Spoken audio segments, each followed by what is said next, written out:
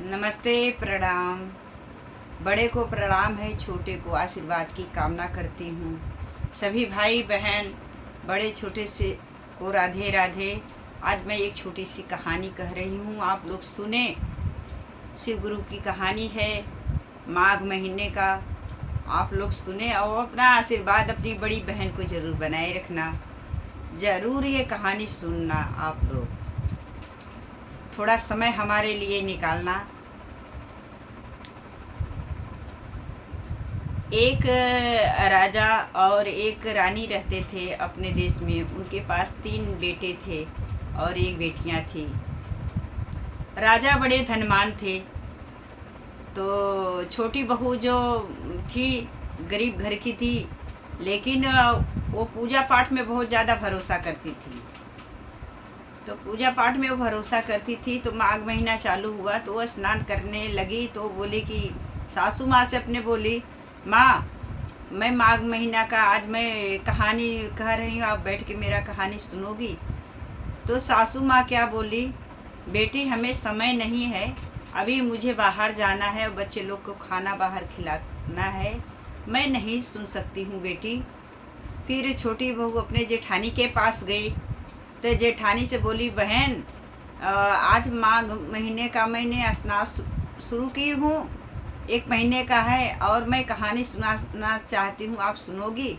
तो बोलती है, नहीं बहन, मैं तो खाना बनाने जा रही हूँ, बर्तन साफ़ करना है, मुझे बहुत काम पड़ा है, आप और किसी को सुना दो मेरी बहन। बोली ठीक है बहन। अब अपने बड़ी जेठानी छोटी जेठानी के पास गई, तो छोटी जेठानी बोली, बहन मैं कहानी सुनाना चाहती हूँ माघ महीने का, आप सुनोगी। तो बोलती है, नहीं बहन, मेरा छोटा बच्चा है, उसको मैं दूध पिलाना है और नहलाना धुलाना है, मुझे समय नहीं है, किसी और को सुना दो। तब वो गई अपने ननद के पास, तो ननद से बोली, दीदी आज माघ महीने का मैं कहानी कहना चाहती हूँ, आप सुनोगी। तो बोलती है, नहीं, अरे मुझे तो अभी अपने घर जाना है, अपनी तैयारी करना है, मुझे समय नहीं है, किसी और को सुना दो। तो बाहर खड़ी थी, बहुत टेंशन में थी छोटी बहू। तो एक राजा जा रहे थे, उनसे बोले कि महाराजा मैं आज कहानी कहना चाहती हूँ, आप सुनोगे माघ महीने का। तो बोले कि नहीं, मुझे तो अभी शहर में घूमने जाना है, मुझे समय नहीं है, किसी और को सुना दो बेटी। तब बहुत टेंशन में खड़ी थी। तो उसी समय एक पड़ोसन आ गई, बोली कि क्यों आज तुम उदास खड़ी हो बेटी। तो बोली कि माँ मैं माघ महीने का स्नान करती हूँ, वही कहानी मैं सुनाना चाहती हूँ, कोई मेरा कहानी सुन नहीं रहा है, इसलिए मुझे बहुत टेंशन है। तो बोली, बेटी मैं सुनूंगी तुम्हारी कहानी, तुम चलो हम सुनूंगी। ऐसा किए, 1 महीना तक पूजा पाठ किए, अपने व्रत का उद्यापन किए, और पड़ोसिन डेली आती थी और कहानी सुनती थी निस्वार्थ भाव से। उसका कुछ उसमें लेना देना नहीं था, अपना स्वार्थ नहीं था उनमें, खाली उनको ये था कि हम भगवान की कहानी सुनने जा रहे हैं। कोई भी चीज़ अगर ने भाव नहीं है, मतलब स्वार्थ नहीं है, वो काम करने जाओगे ना, वो तुम्हारा काम हो जाएगा। अगर स्वार्थ से अपना काम करोगे तो काम नहीं होता है।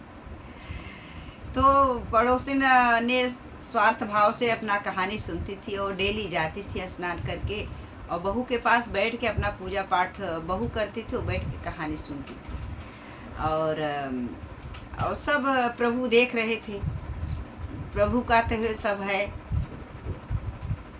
तो छोटी बहू का जिस दिन उद्यापन हुआ और उसी दिन उनको सोने का विमान आ गया लेने के लिए। तो सासू आई तो बोली कि छोटी बहू तुम जा रही हो तो मैं भी चलूँगी। तो छोटी बहू बोली, नहीं अम्मा, अभी तो आपको बाहर जाना है, बच्चे लोग को खाना खिलाना है, आपको टाइम नहीं है, कैसे चलोगी मेरे साथ। फिर दूसरी बड़ी जेठानी है, बोली, बहन मैं चलूँगी आपके साथ।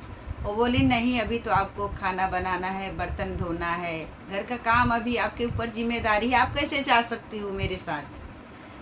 फिर गई दूसरी नंबर जेठानी आई, बोली कि बहन मुझे लेके चलो अपने साथ। वो बोली नहीं बहन, अभी तो आपको बच्चे को दूध पिलाना है, अब घर गृहस्थी देखना है, आप कैसे हमारे साथ चल सकती हो। ननद आई, भाभी मुझे भी लेके चलो। वो ननद को बोली कि ननद दीदी कैसे आप चलोगी, आपको तो अपने ससुराल जाना है, अभी आपके ऊपर जिम्मेदारी है। नहीं न दीदी, आप हमारे साथ नहीं जा सकती हो। फिर राजा आए, वो बोले हम भी चलेंगे आपके साथ। बोले नहीं, अभी तो आपको देश में घूमने जाना है, सबका अच्छा देखभाल करना है, आपके पास कहाँ टाइम है सेठ, आप नहीं जा सकते हो मेरे साथ। इतने में पड़ोसन आई, बोली कि हमें तो लेके चलो। तो बोलते हाँ आप चल सकती हो मेरे साथ। पड़ोसन और वो दोनों जन बैठ के विमान में जाने लगे। तो छोटी बहू के अंदर देखो, जब कुछ इंसान के पास हो जाता है ना, तो उसके पास घमंड आ जाता है। कभी भी धन दौलत हो या बच्चे हो या कोई भी भगवान अच्छा काम तुम्हारा हो, तो कभी अपने अंदर घमंड नहीं लाना चाहिए। तो छोटी बहू जा रही थी, तो उनके मन में ऐसा हुआ कि ये तो खाली कहानी सुनने आती थी तो इसको स्वर्ग मिल रहा है, मैं तो इतना नहाई स्नान की नहाया और पूजा पाठ करती थी, इतना मेहनत करती थी, और हमारे साथ साथ इसको भी तो स्वर्ग मिल रहा है। इतना भगवान सुने, इतने में छोटी बहू को गिरा दिए। तो छोटी बहू बहुत दुखी हुई और रोने लगी। तो बोले कि देखो, कभी भी घमंड नहीं करना चाहिए। आज पड़ोसन जो कथा सुनती थी वो निस्वार्थ भाव से सुनती थी, उसके अंदर कुछ लेना देना नहीं था। और स्वर्ग जा रही है तो उनको अंदर कुछ भी ऐसा नहीं है कि मैंने क्या किया हूँ, कि किस लिए मैं जा रही हूँ, ये भी उनके अंदर नहीं है। इसके लिए कभी भी अपने अच्छा काम हो या धन दौलत हो या बच्चे हो या कुछ भी हो, कभी भी घमंड नहीं करना चाहिए।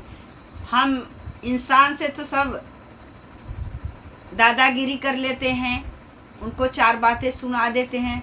कोई पैसे वाले रहते हैं, कोई अपने से ऊंचे रहते हैं ना, तो छोटे वाले का कदर नहीं करते हैं। तो ऐसा बहन कभी भी नहीं सोचना चाहिए। निस्वार्थ भाव से सबसे प्रेम व्यवहार रखना चाहिए और प्रभु का भी भजन करना चाहिए। तो प्रभु ने बोले कि अभी तू जाओ 3 साल और स्नान ध्यान करो, इसके बाद फिर तुमको स्वर्ग मिलेगा। तो छोटी बहू फिर से स्नान ध्यान करने लगी। 3 साल किसी तरह से बीता, निस्वार्थ भाव से उसने फिर पूजा की प्रभु का, तो उनको भी स्वर्ग मिला। ऐसा ही कभी भी अपने अंदर कभी भी घमंड नहीं लाने का, निस्वार्थ भाव से पूजा करने का। हरि सब देख रहे हैं, हर हर महादेव। कहानी अच्छी लगे तो लाइक शेयर सब्सक्राइब ज़रूर करना। नए भाई बंधु हो, सभी से रिक्वेस्ट है कि अपनी बड़ी बहन का सपोर्ट करें।